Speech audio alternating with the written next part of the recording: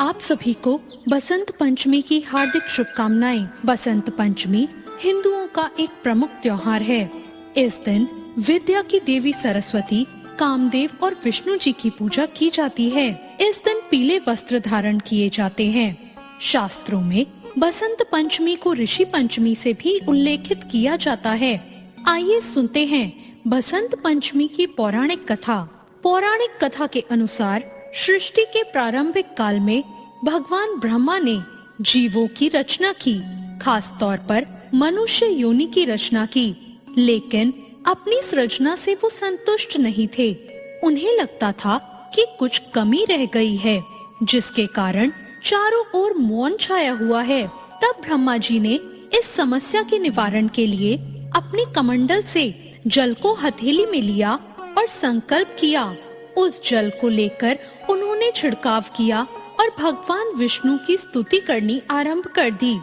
ब्रह्मा जी की स्तुति करने पर भगवान विष्णु तत्काल ही वहां उनके सम्मुख प्रकट हो गए और उनकी समस्या जानकर भगवान विष्णु ने आदि शक्ति दुर्गा माता का आवाहन किया। विष्णु जी के द्वारा आवाहन करने पर भगवती दुर्गा वहां तुरंत ही प्रकट हो गई और तब ब्रह्मा जी और विष्णु जी ने उन्हें इस संकट को दूर करने का निवेदन किया।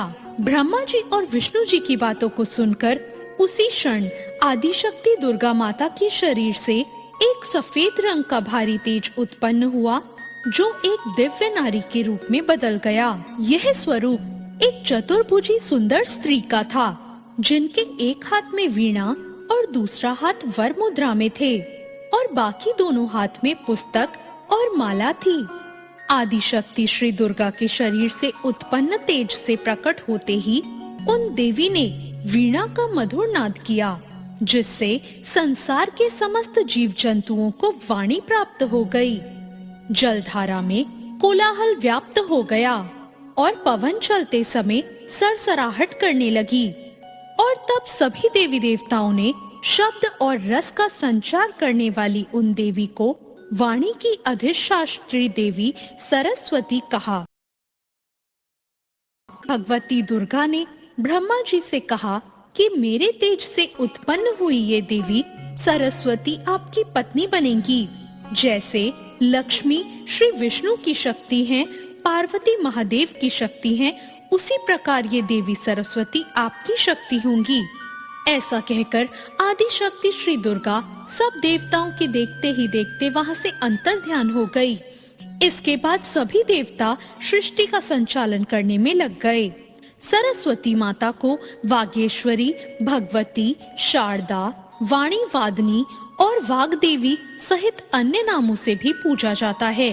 ये विद्या और बुद्धि की दाता हैं। संगीत को उत्पन्न करने के कारण ये संगीत की देवी भी हैं।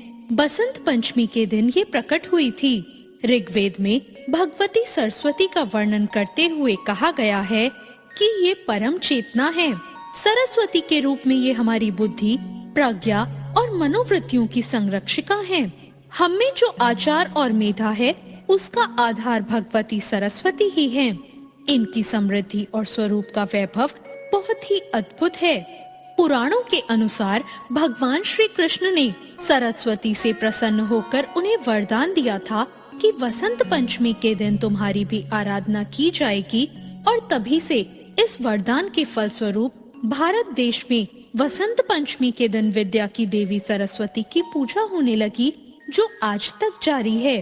तो ये थी माँ सरस्वती की कथा। आपको ये कथा कैसी लगी, कमेंट करके जरूर बताएं।